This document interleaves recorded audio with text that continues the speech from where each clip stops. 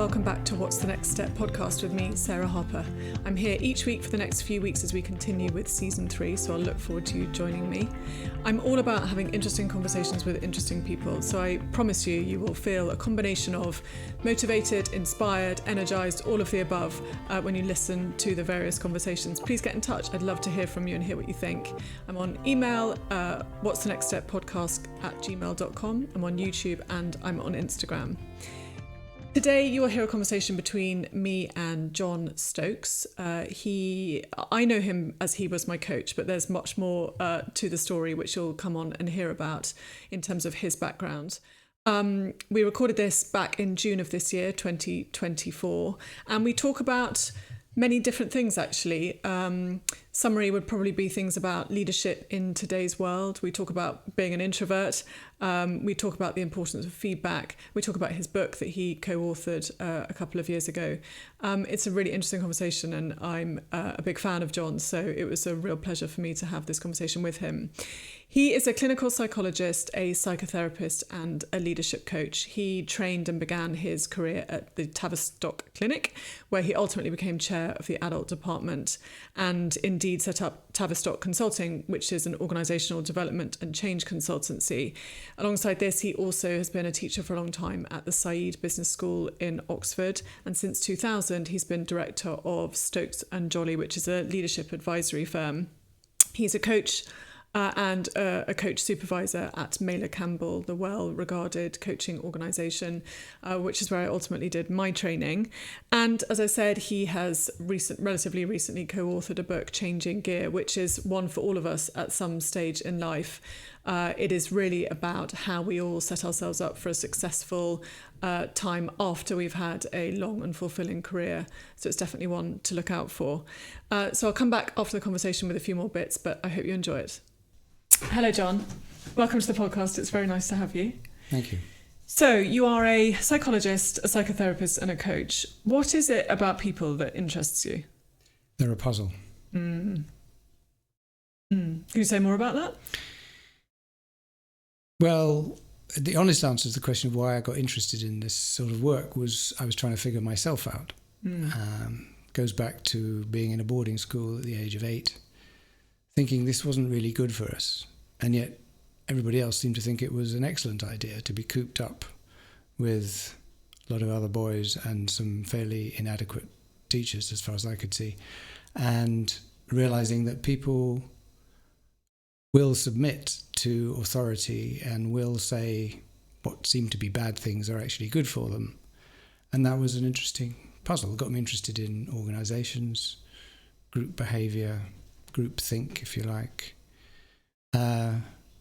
So I think it's been a very interesting career because puzzling people out and puzzling myself out is, well, endless business. To what extent do you think you have puzzled yourself out? Well, I think with the help of others, being in psychoanalysis, spending lots of time in groups, I think I know myself pretty well. The best way to find out about yourself, by the way, is not to figure it out, is to ask other people who they think you are or how you come across to them. Because that is in fact who you are in the world. So we go around the world thinking, I know who I am, but actually who you think you are is not, as I say, who they think you are. And who they think you are is in fact who you are. Yes. Perception is reality. Yes. I mean, one of the things that we do as coaches is hold the mirror up to people because it really helps them understand the impact that they are having on how somebody else perceives them, exactly your point. And I'm a big fan of feedback. What's the most sort of helpful piece of feedback you've been given over the years, would you say? Well, I'm an introvert, so realising that unless you start speaking within the, say, first 10 or 15 minutes of a group meeting, means you're going to have greater difficulty speaking later and probably won't be noticed very much, or what you say will be noticed, because in any group, subgroups form, and a subgroup of largely extrovert or more confident people forms, and they talk amongst themselves. And the introverts like myself get increasingly disgruntled and fed up and annoyed, which is not a good state to get into. So that's one way of understanding myself. As somebody who's more on the extrovert side, I try to be always aware of the people who are quieter around the table and bringing them in. I mean, it's very hard though, particularly in the sort of corporate business world where you generally sort of have operated, and certainly where I spent a large chunk of my career. It is very hard, isn't it, for the introverts to sort of carve their way, because they do, I suppose, ultimately have to try and operate in a way that's not natural to them. Yes, I mean, it is worth asking the introvert who said nothing what they're thinking. Yes. Because they will have been thinking a lot, and probably more prone to a pessimistic mindset as well, will see the problems which the extroverts who want to go ahead and just get on and do something may not have spotted. So it's, from that sense, it's a good idea. Yes. I don't think one should feel sorry for them or something. It's their own business to basically speak within the first 10 to 15 minutes. But you're losing some intelligence if you don't involve the introverts, because they see the world in a different way. I'm married to a pretty extreme introvert who sees everything and always has the most useful things to say at the end of a conversation. It's absolutely brilliant to watch, actually, and it's quite a good lesson as an extrovert to actually spend time with an introvert and realise, actually pick up some of the ways that they operate. Can we just go back to the boarding school point? As somebody who also went to boarding school, what's your view these days on boarding school? If you had a young child today, would you consider sending them to boarding school? Never. There's a famous psychoanalyst called Jon Stokes who developed attachment theory, which many people have heard of, I expect. In essence, about how infants create attachments, or children create attachments, and a lot of their later life depends on the nature of that attachment. Anyway, he's famous for saying, when asked a similar question, he said, "I wouldn't even send a dog to a boarding school." Goodness. So I'm not too fond of them. I mean, I think there are conditions where, if it's a very unhappy family, then a child may feel it's the lesser evil. And once somebody's 13, 14, then in a sense they may know themselves well enough to know they would enjoy such a thing. And I think there's nothing wrong at that age, but I think, say, before the ages of 12, 13, then I think the attachments haven't been securely made, and so you cause somebody problems, essentially. Can we talk, though, about actually the fact that you're a psychologist and a coach? Because one of the most common questions I get, either from potential clients or from, frankly, just interested parties, friends, etc., one of the most common questions I get is, what's the difference between the two, and how do I know which one I need or which one I could benefit from seeing? Could you just talk a little bit about what you see as the similarities and where the differences lie?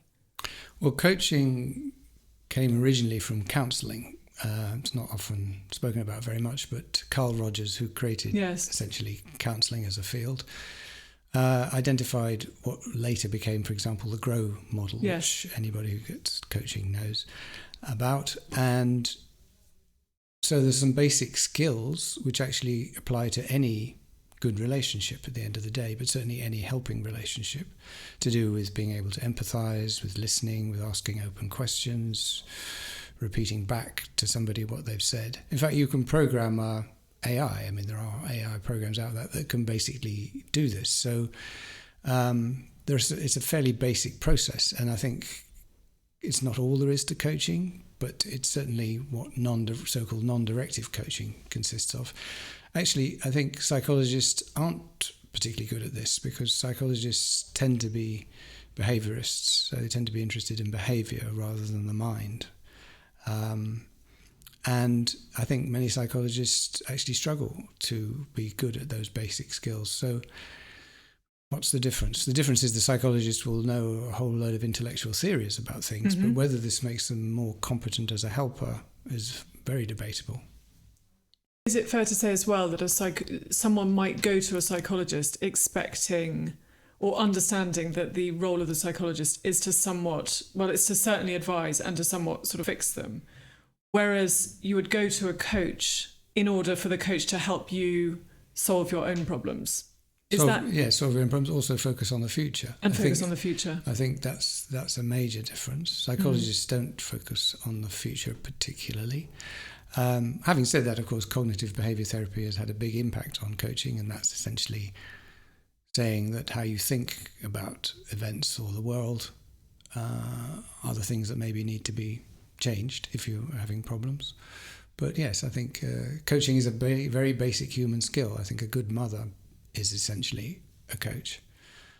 In fact, I went to observe gorillas in Rwanda, and you eventually climb this mountain and then you meet this family of gorillas. And what I saw was the father sitting on a hillock somewhere, making sure nobody was going to invade and doing very little, but actually big enough to make sure nobody invaded. And that was his job. And the mother was poking, or her child was poking at an anthill with a stick, and she basically showed the child better ways of poking the anthill so you get ants out that you like eating. So I think it's essentially good mothering skills. But so much of it, Jon, as we know with so many different walks of life, rely on a point you've made now a couple of times, which is this strong emotional intelligence and empathy. Mm-hmm. What advice would you give to people who are aware that perhaps they would like to increase their level of self-awareness and empathy and emotional intelligence, basically? I think go back to that point about who you are in the world is how other people think of you as being, how they experience you. So collecting feedback on yourself, which you can do in various sorts of ways. Obviously one does it with friends or partners. And that would give you some clues as to what you might need to work on. So if you're an introvert, maybe you should speak more often, might be the feedback, pretty obvious feedback. I think the other way of thinking about emotional intelligence is that emotion is a form of intelligence. So in our Western rationalistic frame of mind, we overemphasize cognitive, rational thinking and underemphasize emotion. I mean, the whole of Western philosophy essentially has very little to say about emotion. So emotion as a form of intelligence is the way I would frame it. Emotion is intelligence. It's the way in which you feel about the world, about yourself. Mm-hmm.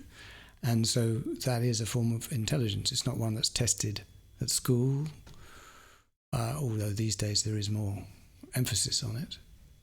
So I think, what are your emotions telling you? And then you need to pause and think, well, do I want to act on that emotion? But what is that emotion telling me about this other person? I like them, I don't like them, I trust them, I don't trust them. That's a form of intelligence. Then you have to critique it maybe and think, well, am I going to act on that basis? But I think those are two things. I mean, obviously it's a large subject.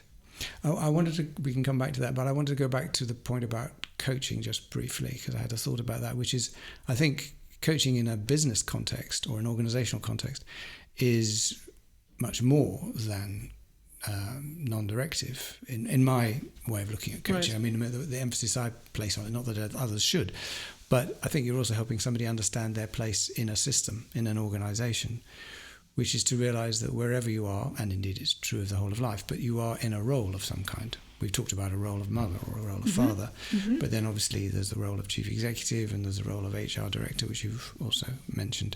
So whenever you're in an organization, you're in a role. So the question for coaching often is, how are you taking up this role, and how much are you using the resources, including authority, that this role provides you with? That's the focus that I like to place on it. So then it's very different to counselling or psychology, you could say, in that way. It's about how do you, analogy with the theatre is more appropriate, how are you playing the role? Yes. How are you taking up the role? It's not a false thing any more than an actor who's good isn't exactly false. They're using a part of themselves. They're being true to a part of themselves. How are you taking up the role in the context of the kind of work that the organisation does, which has implications and effects, and the culture and strategy of the organisation? So the way I work as a coach is to take that sort of approach. Yes, you have worked with extensively with, 500 or so, CEOs, leaders across the world. Mm-hmm. And you've probably seen quite a lot of change, therefore, in terms of what's required to make somebody a good leader. Mm-hmm. What would you say are the core things that somebody needs to be doing today to be a strong leader in today's world? Well, our models of leadership come from biology. That is, it looks like social groups create hierarchies.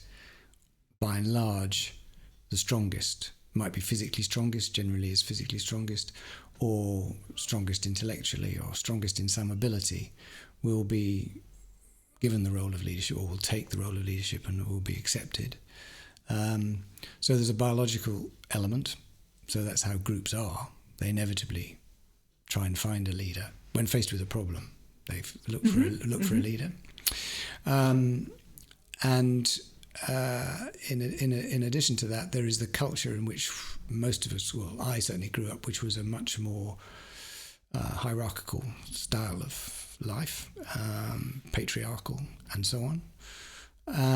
Whereas now we don't live in a patriarchal world. I think it's fair to say, there's still elements of it, but it's definitely different. And therefore, and also we live in a context in which hierarchical forms of leadership just don't work, because people have access to all kinds of knowledge and information through the internet and the social changes that have happened, which means that leaders have to work harder to cultivate followership, you could call it. Yes. Whereas previously people would by and large fall in line. People accepted the hierarchical style of leadership and hierarchy in society more readily, at least. And so there are some different skills. I did some research on this at Said Business School at Oxford, where we called it moving from ego to eco, which means rather than focusing on the self of the leader, which most leadership books basically talk about what you should do as a leader, as a self-standing individual, as opposed to there are various frames for it, but getting involved in much more of a dialogue with your followers. We described in that research some basic capabilities, which were cultivating the conversation, meaning if the leader wants to have influence, there are conversations going on in your organization, there always were. But given the less hierarchical nature, therefore cultivating those conversations by inserting topics, by finding out who are the people who have influence within the organization naturally. So thinking about the conversations that are going on, you can say an organization is simply a complex series of conversations. Doesn't explain everything, but it's a different way of looking at it than an organization chart, which for sure only describes the formal nature of organizations. And then there's cultivating collective intelligence. So in a hierarchical organization, supposedly the people at the top know what the answers are and everybody else basically falls into line, which was a nonsense, but sort of worked. But it's no longer the case, and in this world you have to make your organization as intelligent as possible, which means you need to seek intelligence often from much more junior people who will be aware of different things and so on and so forth. I mean, people are probably familiar with that, but that's a different way of thinking what a leader's task is. It's in some sense more like a teacher or facilitator, not teacher as in hierarchical teacher, but teacher who helps the child to think. And so leaders' task is to help organizations to think. We also talked about nudging the context, which is organizations respond to context, what's going on in the world, and at the end of the day are there to survive, so they have to adapt. So what is it this organization needs to do that it needs to adapt such that it will adapt? And there's a whole way of thinking about leadership that says that really anybody in the organization can be a leader if they help that organization adapt to its environment. So that what we need to do to adapt is a question a leader could ask, and you'll get very different answers from different layers in the organization. All will have some truth to it. There's a fourth element, which is co-creating structures, which is really what it says, which is don't just impose structures, but have conversations with people about what structures work, because the people on the shop floor of a factory or the people who are the salespeople will generally have very good ideas about what structures work for them and what don't. And people who rise to positions of authority tend to be of a more dominant sort and less good at being interested in other points of view, classically. And then the fifth one is pluralizing participation, meaning what it says, which is in the diverse world in which we live. That doesn't mean to say people feel equally confident to contribute. So you have to encourage those who might not feel so confident in contributing, because they represent society, which is where you are, which is what you need to adapt to. A lot of that is about involving the team rather than things being so top down. Is that fair? Yes. Having reached a conclusion, I think top down is still needed. So I don't think the idea that it's an endless democratic discussion gets you to the answer. Yeah. But you need to have a discussion. Some input. Yeah. So what would you say are the common kind of leadership challenges that the various leaders that you coach bring to the table? It'd be hard to generalise, actually. But some of what I've just been speaking about covers a lot of what the challenge is. As I say, people who seek leadership seek power. And what I say about leadership is it's the responsible exercise of power. Yes. Whatever one means by that. Yes. Because you want power, to be frank about it, and maybe people want you to have power. But how to do that in a responsible way? I think the whole challenge of how much should I trust my own judgment instinct versus other people's is complicated. Therefore, having conversations all the time with people, I think getting feedback is something human beings generally fear, even detest, essentially, because they know it's going to destabilise them. They know they're going to be told something they weren't expecting, or they were expecting and they wish you hadn't said it. So if I were to give one answer to the question on what should leaders get better at, is accepting that you are seen in a very different way than you see yourself, and that the only way to go is to collect feedback, which can be complicated, like 360-degree systems and all the rest of it, or can be just like, so what did I do well? What could I do better? Anything else I should do? Those three questions. It's what I call one of the paradoxes of leadership, or the paradoxes, the plurality of them, of leadership, which is people who seek those positions do so because they want to have power, or they think of themselves as knowledgeable, or as particularly gifted, or able, or whatever. But I think the sort of yin-yang principle, you could say, or dialectical, if you wanted to use a Western concept, is that to every subject there's its shadow side. Right. So the people who wish to be the knowledgeable ones, wish to be the excellent ones, wish to be the able ones, then there's the yin or the yang, whatever it is, to that is the reverse of that. And that's what they've spent a lot of their time not being, because they don't like being unknowledgeable or not in control, or and so on. So there is this shadow or whatever, which is there, which they know about at some unconscious level, if not conscious level. And so they really don't want to go there, because they are poor at feeling incompetent. They're poor at feeling unable to control events. And then they start over-controlling. So you get a sort of oscillation effect. Yes. So that's, I think, why leaders and human beings don't like feedback, because it will always refer, or likely refer, some of it will refer to things you've been desperately trying to not be conscious of. Would you say that you still seek feedback? I do, yes. Do you? Yes, from my clients. From clients. For the same point. I mean, I might think this session's gone swimmingly well, but I mean, the question is, did they think it went swimmingly well? And actually, the more one thinks it's gone swimmingly well, my lesson in life is the more likely it hasn't gone swimmingly well, because you've probably been very pleased with yourself and expounding on your various theories of whatever it might be, and they felt you actually didn't listen to me very well because you were too busy talking to yourself. Right. So ego gets away; it can get in the way. Oh yeah. Can we talk a bit about the hope, ordinary hope? Can you please? I mean, I've read the article that you put out recently. Could you tell people a little bit about what that is and what you hope to achieve with that?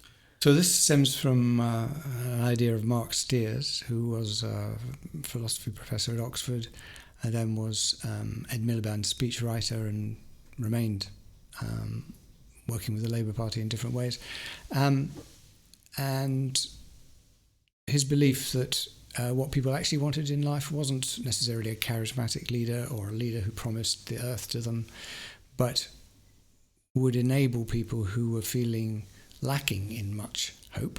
And you could look at the country now and lots of discussion about it in many ways, because this discussion has influenced the way in which Keir Starmer and others have spoken in this election campaign, which is the essential idea of what is ordinary, reasonable, realistic hope in somebody's life. The classic answer is that your kids have a better life than you did, which is also a classic example, since it's been said, which is that parents these days don't particularly feel that. The majority of parents think their children's lives might well be less good than their own.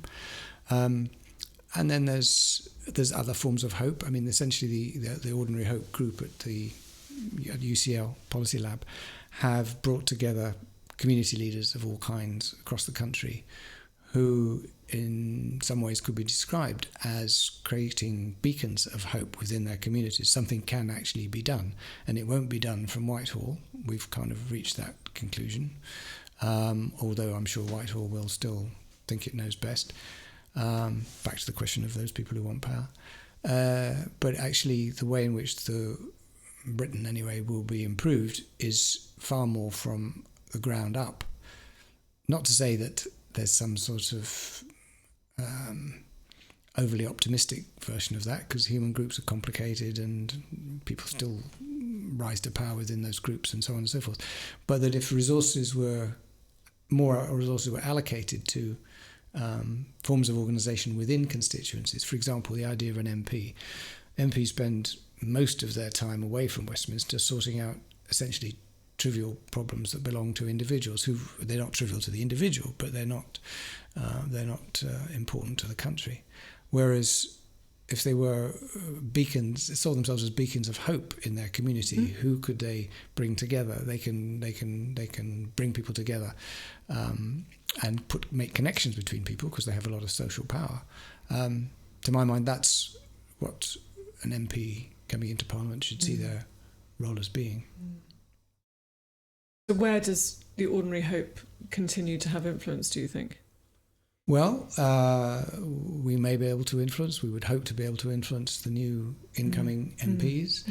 I think there's an acceptance in the now shadow cabinet that the top-down model of issuing statements from Whitehall doesn't work. It's inefficient. It's costly.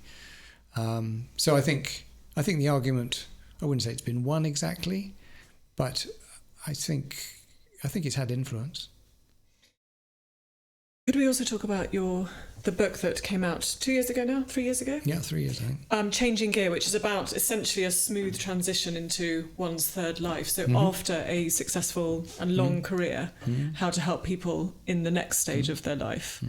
Could you summarise that? And perhaps it would also be interesting to hear how you're thinking about it for you, because presumably, you know, that may well be part of the reason why this was front of mind to you, is thinking about what's next for you. Yeah. So the idea of the third life came to us. I wrote it with co-author Jan Hall. Came to us when we were thinking about this subject, because we'd both worked with people at that stage of their career, coming towards the end of their career. Me, particularly with law firms who have a sort of hard stop at a certain age point and don't prepare people at all for it, or didn't. They do a bit more now. But so I'd worked with quite a number of lawyers in city law firms who reaching this point in their career and realising that they really had no clue what they would do.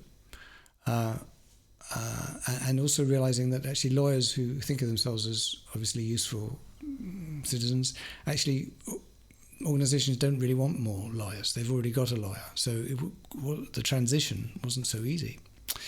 So we talked about the third life in the context of Hindu philosophy. I'm not a Hindu, but it's quite a wise way of thinking about life, which is that your first phase is the scholar.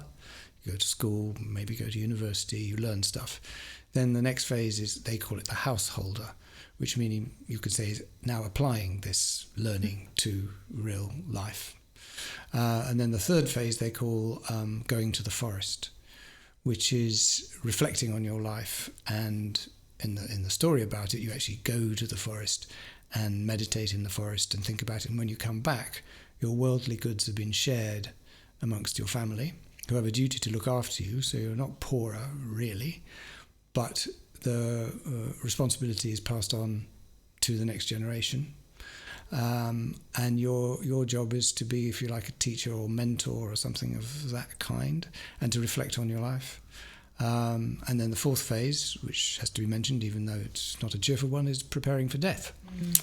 So this was about the third life, which is after you've been in your busy career, how do you create the life you would want? And the book has a lot more to say on this subject, and also has quite a number of practical exercises. It's very practical, yeah. That people can work out what they actually enjoy doing, what aspects of their work have they enjoyed, what not enjoyed, and then this is an opportunity, we call it a fork in the road. I mean, at some point you make a decision, I will take this career direction. There were other alternatives which you didn't pursue, but in one way is to go back to that fork in the road when you chose to this particular career direction. What other options did you have? Well, try and remember those, because that self is probably there, the one who wanted to do quite different things. Maybe some of that could be pursued now, because you're at another fork in the road, and you could carry on walking on the same road, or you could choose to walk on a different road. What's next for you, do you think? Well, I still do consulting work. I do less than I used to do. I'm writing a book, and you're going to ask me what's the book about, but I'm not going to say what the book's about exactly, although it's in the subject of illusions that human beings have about themselves. Oh, okay. So which we've partly been talking about.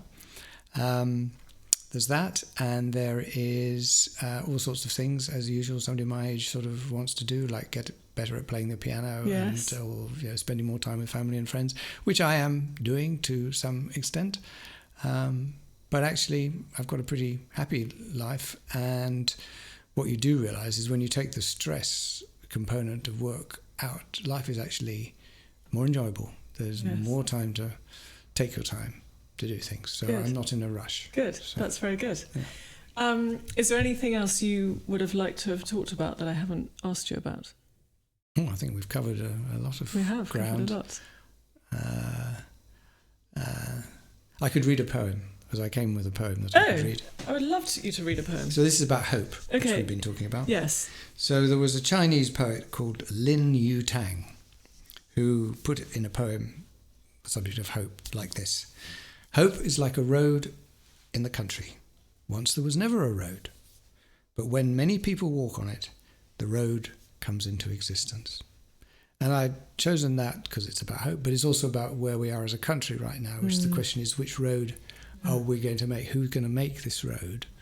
And whilst there's many, many things wrong that need fixing, the message of Ordinary Hope is, if you leave it up to the politicians, clearly we have a dim view of them, so why on earth are you doing that? It means each of us has to some way think, how could we each in our own lives make the world a better place? Yes. Because nobody else is going to do it. Yes. And the good thought, or the good question to have in your mind as you're thinking about which road to take, is, what's the next step?